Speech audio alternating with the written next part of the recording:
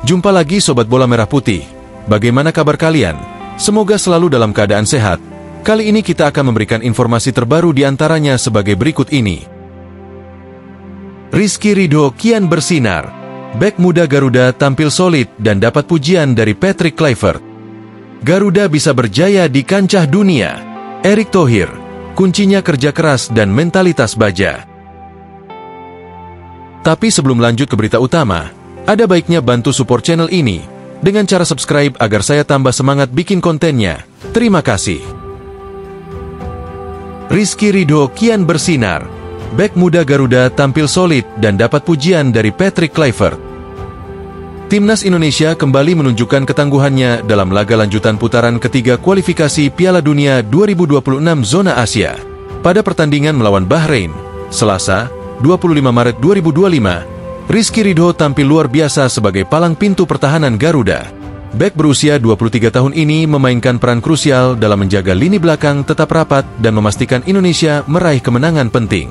Sebagai salah satu andalan di jantung pertahanan bersama Jai Itzes dan Justin Hubner, Ridho tampil disiplin sepanjang 90 menit. Berdasarkan statistik pertandingan, ia mencatatkan 6 kali sapuan, 2 intercept, serta 1 tackle krusial yang menggagalkan peluang emas lawan. Tak hanya kuat dalam bertahan, ia juga ikut berkontribusi dalam membangun serangan dengan akurasi operan 78,4% dari total 37 umpan yang ia lepaskan. Konsistensi yang mengesankan, Kluivert beri apresiasi tinggi. Pelatih Timnas Indonesia, Patrick Kluivert, tak ragu melayangkan pujian setinggi langit kepada Rizky Ridho setelah pertandingan. Dalam konferensi pers usai laga, mantan pemain Barcelona itu mengaku terkesan dengan performa bek Persija Jakarta tersebut. Ridho bermain sangat solid. Ia punya kemampuan bertahan yang sangat baik, distribusi bola yang cerdas, dan yang paling penting, dia selalu tenang dalam tekanan. Itu adalah karakter bek berkualitas, ujar Kluivert dengan penuh keyakinan. Kehadiran Ridho di lini pertahanan membuat Bahrain kesulitan menembus pertahanan Garuda. Hasilnya, Indonesia sukses mencatatkan clean sheet, sementara Ula Romeni menjadi pahlawan dengan gol tunggalnya di menit ke-24 yang memastikan kemenangan 1-0 bagi Indonesia. Namun, Kluivert menilai bahwa Ridho masih bisa berkembang lebih jauh. Sang pelatih bahkan menyarankan agar bek bertalenta ini segera mencari pengalaman di luar negeri untuk meningkatkan kualitasnya. Dia punya potensi besar dan mental yang kuat. Jika ingin berkembang lebih cepat, saya pikir ini saat yang tepat baginya untuk bermain di liga yang lebih kompetitif, tambah Kluivert. Langkah berikutnya, karir di luar negeri. Rekomendasi Kluivert ini seolah menjadi sinyal bahwa Rizky Ridho memiliki peluang besar untuk merantau ke luar negeri. Banyak pemain Indonesia yang mengalami perkembangan pesat setelah bermain di kompetisi yang lebih tinggi, seperti Jordi Amat, Jai Itzes, dan Asnawi Mangkualam.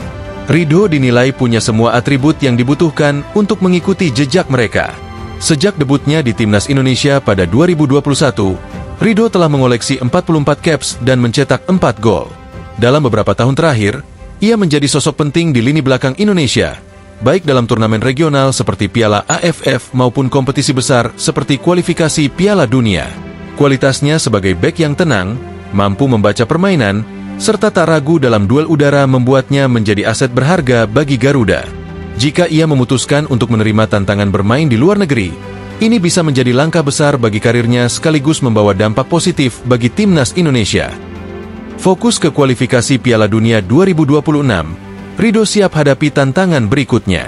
Meski peluang bermain di luar negeri semakin terbuka, Ridho tetap fokus pada tugasnya bersama Timnas Indonesia.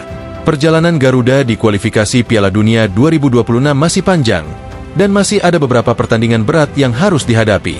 Namun, dengan kehadiran pemain-pemain bertalenta seperti Ridho, harapan Indonesia untuk melangkah lebih jauh semakin besar. Kini, semua mata tertuju pada langkah selanjutnya dalam karir Rizky Ridho. Akankah ia tetap bertahan di Indonesia atau mencoba tantangan baru di kompetisi luar negeri? Kita nantikan bersama. Garuda bisa berjaya di kancah dunia. Erick Thohir, kuncinya kerja keras dan mentalitas baja. Kemenangan Timnas Indonesia atas Bahrain di Stadion Utama Gelora Bung Karno, SUGBK, membuktikan bahwa Garuda punya potensi besar untuk bersaing di level internasional. Ketua Umum PSSI, Erick Thohir, menegaskan bahwa perjuangan Timnas tidak boleh berhenti sampai di sini. Ia percaya Indonesia bisa terus melangkah lebih jauh asalkan tetap bekerja keras, disiplin, dan meningkatkan kualitas permainan. Dalam laga krusial kualifikasi Piala Dunia 2026 zona Asia, Indonesia sukses menundukkan Bahrain dengan skor tipis 1-0. Gol tunggal yang dilesakan Ula Romeni menjadi pembeda di pertandingan yang berlangsung ketat ini.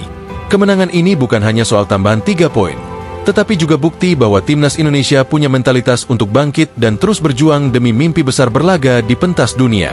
Erick Thohir menyoroti bagaimana Garuda mampu bangkit setelah sempat terpuruk.